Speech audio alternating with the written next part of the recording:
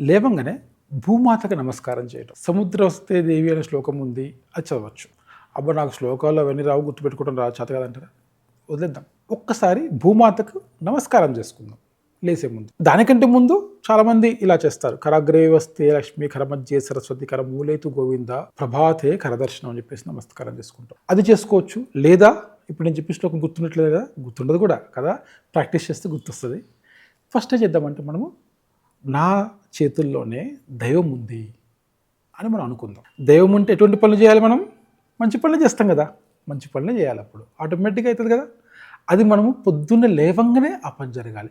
పొద్దున్నే లేవగానే ఏం చూసుకోవాలి, ఇది కాదు, మొబైల్ కాదు, ఇది మన చేతులు మనం చూసుకోవాలి ఫస్ట్. ఇందులో ఒక సైన్స్ కూడా ఉంది. మన చేతులతో మనం చూసుకున్నప్పుడు మన చేతుల్లో ఎనర్జీ ఉంటుంది, ఆ ఎనర్జీ ఐస్కి వస్తుంది.